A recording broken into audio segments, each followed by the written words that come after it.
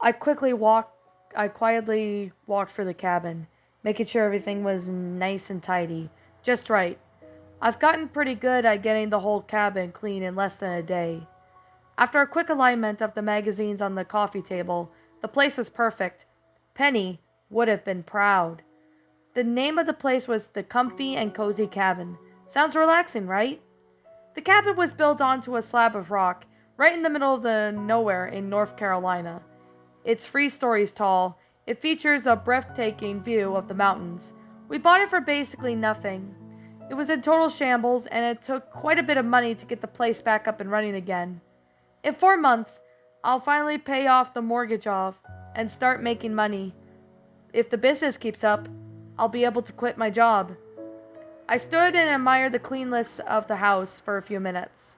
You could have eaten off the floors.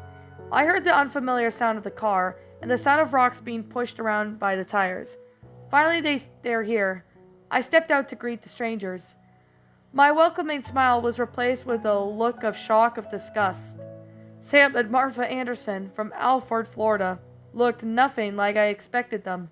The elderly couple with sun hats and disposable cameras that I had in mind replaced with 2 young, very thin, very pale individuals. They looked downright sick. Nevertheless, I tried to keep my composure. "How was your trip?" I asked, in the most welcoming voice I could muster. I tried to keep my composure. "Sure, but of course, I said, but it seemed like I was making a big deal of these people looked. But they looked literally appeared as if they hadn't eaten in weeks. Like skin over bones. I guess you could say you had to be there." "It was fine," the man said to me. His voice was completely devoid of emotion. Humanity. His eyes never met mine. Sam gazed at nothing. There was about a few 2 seconds of awkward silence. Then I broke it with a weak voice felt, "Oh, okay. Let me give you guys a tour of the place, then I'll be on my..." Martha turned towards me, looked at the gazed over dead.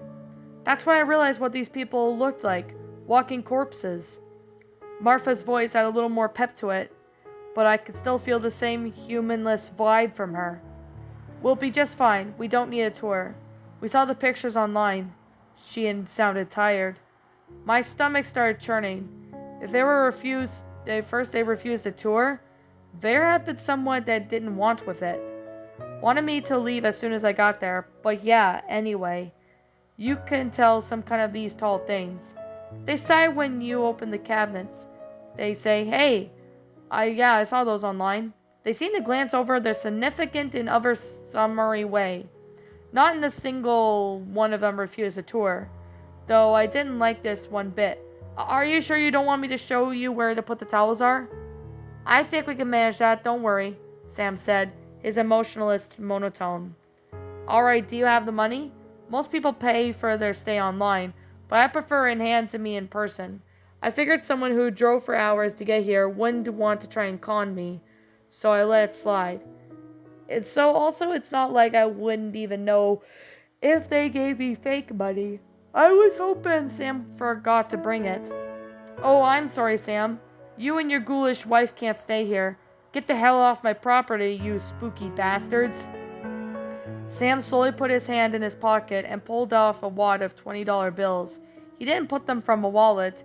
He carefully counted the money, wishing that there were a few 20s short. Counted again, and it was the right amount. 700 smackers. "Well, that should do it," I said with the most fake enthusiasm I could muster. "Hope you enjoy your stay at the Comfy Cozy Cabin. I'll be back within a week." One pure mechanized instinct. I put my hand out to inspect the handshake. Sam looked it down and in for a beat, as if he couldn't remember what to do. He wrapped his hand around mine, and Sam's hand was cold. Freaking cold. My entire body went intense. It felt like as if I was touching something dirty. Something dead. My brain went to work, quickly tried to figure out how a living thing could get so cold. It was the summer, so he could have the air conditioning blowing on him for 4 hours straight. No, this was colder than that. I realized I was still shaking hands with Sam. He stood there with a vacant look in his eyes, moving his hand up and down. I pulled my hand away, feeling contaminated, walked from them and then from the cabin, without saying a word. As I passed Sam and Martha's car, I glanced at it. There was a little girl in the back seat. She looked worried. Unlike the two adults, she was cute as a button. Her skin was actually had color to it. Something in my brain started changing bells. My senses started screaming to take the kid and run. What have you been taught all your life, Mark? You need to kidnap this child. I quickened my pace, got in my car, and sped off. Why didn't I grab her? Why didn't I follow all the most important voice in my head? That voice was there before, telling me to not go on the walk. I ignored it, and that ended real frickin' well. Now something in my head told me another person will die in that cabin because I didn't follow my gut instincts. That girl's face, that sight, composed as she had, it was the face that have people lied about everything being okay. I deeply regretted my decision to leave her later. Danny's Bar is one of the places that still exists solely because it's the only place within the first year or so miles to get a drink. Those people who are doing God knows what in my cabins right now, they have made me want to drink and forget about them as quickly as possible. I honestly can't explain it. They made me feel fear, want to curl up in a ball and scream. I was shaken the way I've never been before. I walked up to the bar, sat down. Freehold people were there. Busy night, I thought. Why didn't I let them stay in my cabin? I could have come up with a good lie. Rat infestation, sewer pipes exploded or something. Anything to make them leave. No, I just let them in. Let them have their full run on the house. I guessed I needed to get away from them as soon as possible. I quickly took the Prudence. I ordered a shot of Old Crow. The bartender, Dan, presumably, poured the drink and pushed a shot glass towards me. He didn't even look in my general direction. And what was that deal with that girl? Everyone else knew who brought a small kid to the cabin who introduced me to them. Promised that their child isn't like all the other kids. Sam and Martha just left her in the backseat, like if she was luggage. I can't believe how close I was to bursting a window and taking her with me. I drank the shot down in a quick gulp, grimacing at the strength. It tasted horrible. I ordered another. I was sure that kid wasn't theirs. Sam had black hair, Martha had brown hair, the girl was blonde, and I very much doubt anyone would give in those creepy people adoption rights. Those bad people were doing bad things in my cabin. I was never so certain something in my life. The next shot went down easier.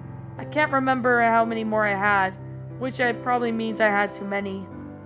Somehow, I managed to get home without a single accident that I could remember. I passed out in the second my face hit the bed. I had a very vivid dream that night. The blonde-haired girl stared at me for the entirety of my sleep. Just sat and stared. It's like the first time I've actually felt time pass normally as I slept. I couldn't move, so I watched her look at me composed, fearful face for 10 hours straight. She tried to say something once, but it came out as warbled mumble. Right then before I woke up, I saw a shadow slowly appear on her. It was a shadow of a person standing behind me. It raised its hand. She breathed like real deep, as if she was going to scream. I woke up before that happened. My head was pounding. I was experiencing a general malaise of a hangover, and my dream had freaked me out pretty bad. Lying back down was not an option. I shambled towards the bathroom sink like a zombie, splashed the water in my face, looked up at the mirror and screamed, and fell back in my bathtub. My eyes looked just like Martha's dead 2 minutes away from having my eyelids stitched over them. I sat in the bathtub, with all my clothes I had on since yesterday for nearly an hour. I finally gathered the courage to stand up and face my reflection. My eyes were normal, alive. I laughed it off. I was in a half-awake state. It was all in my mind. I washed myself and felt 200 times better. I went to the kitchen and started to make breakfast. The fog left my brain, and I started thinking again. Those people that are in my cabin left in such a terrible, spooky impression on me that I sat in my bathtub for the better part of the hour. Because I thought a part of my body resembled of theirs, there was really no way we're normal, and my brain kept cycling through the same spell over and over again. I finally broke down and called the police. I called my police station, located 20 minutes from my cabin. I was going to lie at first and tell them that I think I might have had loads of drugs or something. I decided on being frank. I told the woman on the other end that people in my cabin made me feel very uneasy, and that kid was more than likely not theirs. "What do you think they're doing?" The woman sounded slightly annoyed. I imagined she had to stop watching her soaps to deal with me. "I don't know, but I bet they're doing something really bad. I just can't shake the feeling." "Okay, we'll have someone look into it. What's your name?" I already told her my name earlier. "Mark Gray." "Okay, we'll see what we can do." She hung up. My mind was a little more relaxed. If they were doing something, I'd be notified, and the cops would deal with them. If I didn't get a call, then I was extremely being paranoid or nothing. Or it maybe meant that they didn't send anyone to check out the cabin. I went to work the next day, sold lots of furniture, and it was the best week I've had in a year. My phone rang once, and it was a friendly robot, wanting me to help get rid of my credit card debt. As the week went on, I stopped thinking about Sam and Martha. I was going to make the trip up to the cabin on Saturday to clean it. I had another group coming up on Sunday.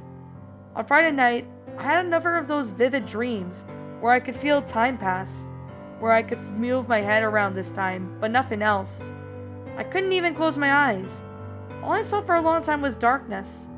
After a while, I started to hear a low murmur, and something darker than the darkness came out of the black void.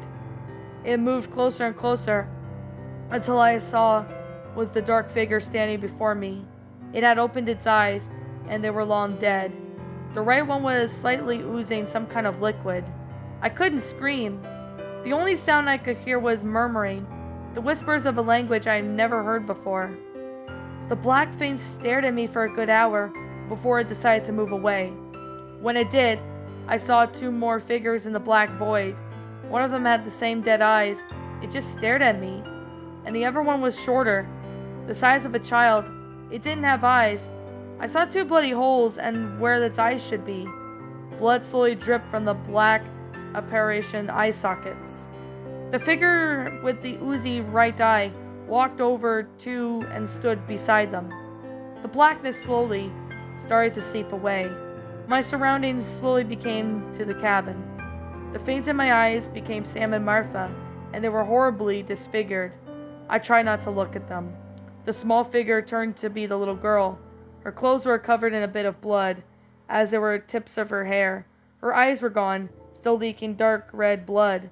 She looked at me with a contempt on her face. I woke up screaming. It takes me about 2 hours to get to the cabin. Sam and Martha were supposed to be gone by 3. I waited till 4 to leave, and I wanted to make damn sure that I never saw them again. In the back of my mind, I wished for some kind of car trouble on the way up there. Something bad enough that would stop me from being able to use it for a few days. Unfortunately, my car is unbreakable warhorse. I got up at the cabin at 6:07 p.m. As I approached the structure, I saw that Sam and Martha's car was still in the driveway. Shit! I slammed my hand on the steering wheel. Those creepy people were in the cabin for way past the allotted time. I parked my car and sat a minute to compose myself. Maybe they were having so much fun that they lost track of time. Or maybe they were doing bad things and didn't care about the time limit. I grabbed my cell phone, made sure it was on, any sign of it was bad, and I'm calling the cops. I stepped out of my car. It was a beautiful day on the summer verge of dying. The cool breeze of fall lazily blew at me. I approached the front door of the cabin. All the blinds were down, and I couldn't look at the cabin at all. The door was also locked, so I stuck my key into the lock, hit something gummy. They had put duct tape over the keyhole. I angrily tore off the tape and had some sort of paint on the door with it. Oh, they're gonna pay for that. I unlocked the door and tried to open it, but they sealed the door with something. I pushed and pushed until I heard a loud crack. The door swung open and I almost fell to the floor. The place looked like a tomb. It was completely dark. The only light came from was when I burst from the door. I flipped on the light switch beside the door. Nothing. They must have flipped the breaker. I was more mad than scared at this point. I ran to my car, got out the LED flashlight I carry with me. I stepped inside. A sickening strong smell hit me. It smelled like the antiseptic scrub they use at hospitals. The cabin was also cold. They must have turned the air conditioner low as it could go. It was silent. Dead silent. Something in my brain told me to run. Told me to run and never come back. This was my cabin. Mine. I wasn't going to let any bit of darkness scare me. Besides, I wanted to make sure those creepy people paid for every cent of damage they had done. I shined my light at the door. The broken split wood nail was once a piece of particle board. They had nailed particle boards to all the windows as well. I walked into the kitchen. They haven't touched a thing. The note I left in the sink, telling them to please make sure they shut off all the water completely, was still there. Not a single dish had been touched. I shined my light to the magazines, and they were just as I left them. Aside from all the windows being boarded up, it was like they never stayed there.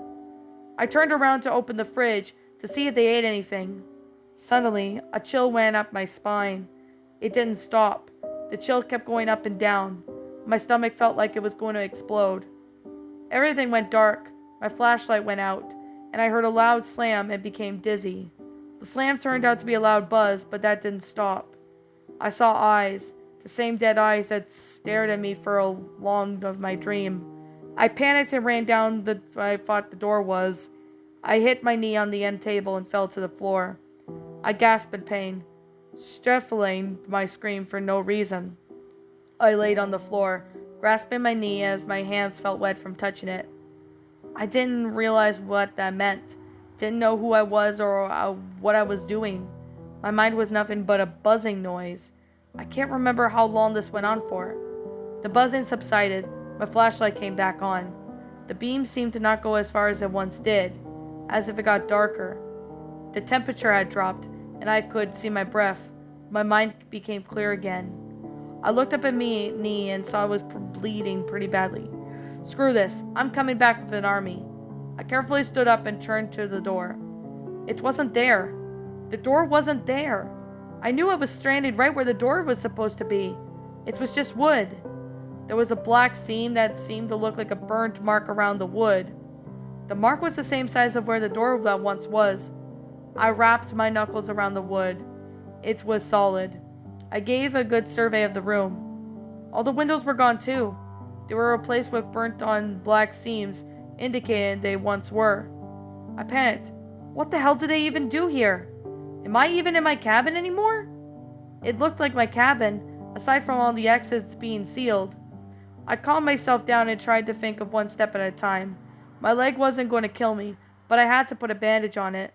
I kept the first aid kit in the bathroom. I'll fix my leg first, and then I'll have to weigh my options on how to get out of there. I breathed slowly, tried to think of the positives of the situation. The grief counseling I took after she died finally made me useful for something. I turned around and saw what I actually cut my leg on. The stairs leading to the upper floor were now metal. Thousands of spikes jutted down from them. They were all bundled up in some places, like steps on rose vines. One tip simmered down with blood. There was no way you could go up those stairs without getting horribly injured. I started to freak out again. This wasn't my cabin. Those creepy people did some kind of creepy thing, and it took me to a creepy place. Leg. I have to fix my leg. I think about the terrifying staircase later. All I have to do now is fix my leg. I carefully moved around the spikes and limped over to the bathroom. To get to the bathroom, you'll have to walk through the kitchen and go down the short hallway. I walked down that short hallway for at least a half an hour. It just kept going. I didn't know how to describe it. I saw the door and it just continued to stretch farther away. I don't know why I kept walking either. It was like I was stuck on a loop. Right when you stepped in the bathroom, the first thing you see is my mirror. My reflection has no eyes. Its mouth was open. and all I could see was red. I slammed my eyes shut and tried to turn my head away. Looked back, it was normal. I gave a wan smile to my reflection. It did the same. I sighed in relief. The medicine cabinet popped up with a happy click. There was nothing in the cabinet. Literally nothing. I shined my eyes right into the black void, and the light was swallowed up. There was no indication of an end. I grabbed my toothbrush holder from the counter. It wasn't on the same as I bought. The toothbrush holder, the one I bought, was porcelain. It had an image of a bear painted on it. This one was made out of wood, had swirly designs as stitched to it. I tossed it into the void. It was never made an impact noise. I slammed the cabinet shut. This way was too much for me. I turned the faucet on to splash some water in my face. The liquid that came out of the spigot looked like coffee. It smelled like antiseptic scrub. I sighed and shut the faucet off. I hopped back to the hallway. My hands were burning from the cold. It became obvious that I would freeze to death not long before I bled out. There was some winter clothing at the bottom of the blanket chest in the bedroom. It was the other side of the hallway. Well, I got there no problems. I walked towards the blanket chest. There was a piece of paper taped to the wall above it. Written in quick, panicked letters, it said, "Do not remove." There was another piece of paper lying beside the chest. I picked it up. A police hat, badge, and one bullet shell was lying under a note. I've been here for days. Don't know how long exactly. My watch stopped working. I tried to dig through the wall to get out. They didn't like that. I saw something on the other side that made me not want to live anymore. Please don't look outside. You'll regret this. I'm sorry, Sarah, but I have to do this. Tell Brad he can have my truck. Terry Ames. So did they send an officer to check the place out? I felt sick and tried not to think about it. I lifted the blanket chest and saw some stuff that had changed, like the toothbrush holder. Most of it was still the same. I killed that man and sent him here. I tried to pull it out of my mind. I dug for the blankets and grabbed up the winter gear I could find. One sweater was now composed of something that felt like paper. I tore it when I picked it up, bandaged my leg with the scarf. It wasn't the best thing to do, but it will work for now. I started crying. I sent a man in demise because of my paranoia. My selfish paranoia. Why did I do it? Why? I composed myself, pushed through the thoughts of my mind. I got up all bundled with the winter clothes. I felt warmer already. Where's his body? Someone took his body and gun, but left a note? My sorrow was quickly replaced with fear. I heard a light tap.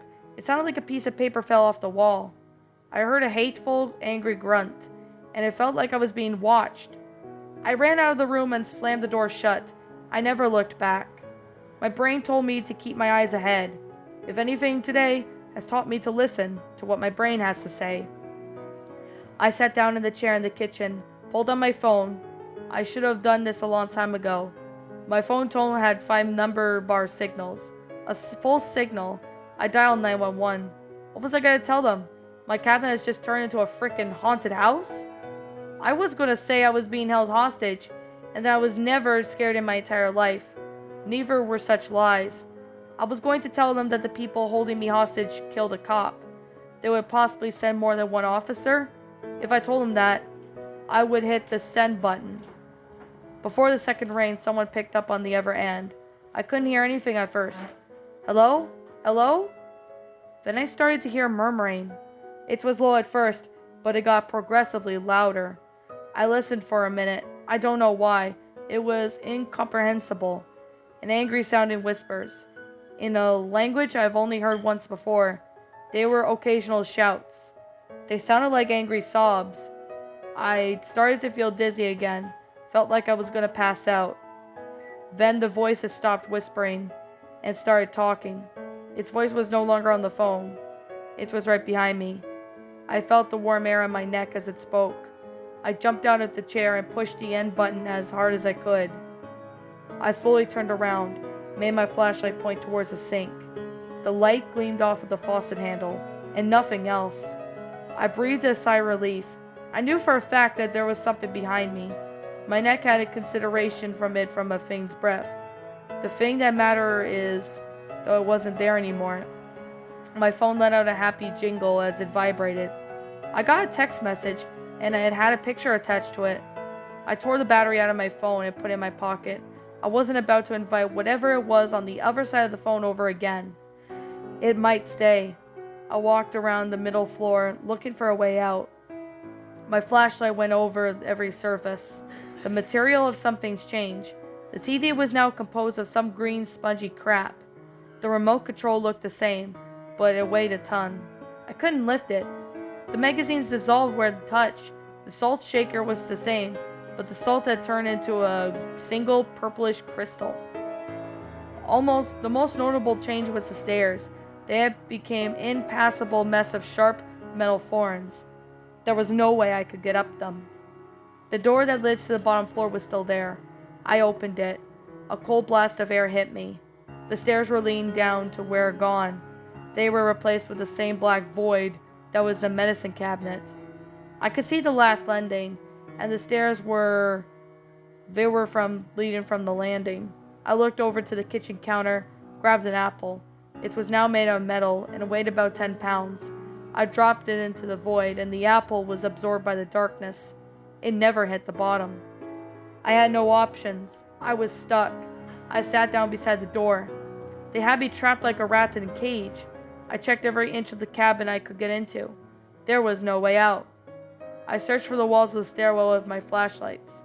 I saw and gleamed a beacon in my flashlight's ray, a silver hope attached to the wall. The stairs were gone, but the banister was still there. Climbing down the banister was dangerous. It only had the one option I had left. In my desperation, it sounded like a good idea. I put the flashlight in my mouth, gave the banister a strong tug. It was securely fastened to the wall. But I put my feet over the side of the pit. This craziest, most desperate thing I've ever done. I checked my gloves to make sure they were secure, grabbed onto the banister with both hands, and pushed myself off the floor. I slowly made my way down. The angle made it difficult to stay balanced. My feet pushed against the wall until I got about midway down. My arms were burning. I never shimmed across anything before, so I was still in quite a bit of pain. Right, after I got to the middle, something started pulling on my feet. I almost lost my grip the first time, and it happened. I quickened my pace, started charging down the wall. It would tug occasionally. It almost pulled me down one time. The thought of spending the last moments of my entire life in that dark void drove me forward. I got to the point where I could put my feet on the landing. I kicked and shook my feet free from whatever was holding me, and threw them towards the landing. I quickly moved my arms down off the banister, crawling with my feet to do the same. I made it. I was so happy to be alive. I sat in the corner of the landing for a good while. The things I would have done, drink of water. My arms still felt like noodles, but it felt good enough to start exploring the bottom floor. I walked down the few steps leading to the entertainment room. The first thing I noticed was there was light. 2 candles dimly flickered on the coffee table. I turned my light towards it, and instantly regretted my decision as to what come down here. Between the candlesticks lay a pair of eyeballs. They had all kinds of muscles and cords on them. I was so fixated on the eyes that I didn't even notice the horror that lay behind them. I approached the eyes and heard a gasp for air. I shined the flashlight behind the eyeballs and almost fell over in shock. The little girl I saw in the car. She was hanging from behind the candles. Her eyes, hands, and feet were cut off. Her stumps were suspended to the ceiling, with the floor with large metal hooks and chains. Her eyes were gone. I assumed the ones laying on the candles were hers. She had a perfectly straight slice from her neck down her body. There was blood all around her. The girl's chest moved in and out, as if she was still alive. My brain was fried at the sight of this. This couldn't be real. The girl let out a long gasp of air, craned her neck towards me in an uncomfortable way. I let out a yelp. "Help me!" She sounded so weak. I didn't know what to do. I stood there dumbfounded. Don't let them come up through again. It hurts so bad. "I'm going to help you. What's your name?" "Cindy." "All right, Cindy. I'm gonna get help, and we'll get you out of here, okay?" I was at the verge of tears. She sounded so done. You can't help me. There's no one for help here. The tone of her voice changed. What do? There's no freaking help for you or me. Cindy's voice was now of an angry roar. Something in her mind changed, as if she became possessed. Why didn't you get me out of the car when there was a chance for help? I was so shocked. How did you know I was about to? Sydney cut me off again. You can't save anyone, can you, Mark? First Penelope, now me. How the hell did you know about Penny? I know quite a bit, Mark. I know what it was. That will be. And that could have been. Cindy began to yell and tell me the most embarrassing secrets by one. She even named the few I forgot. I stared at the yelling girl. Stop this now! Right now!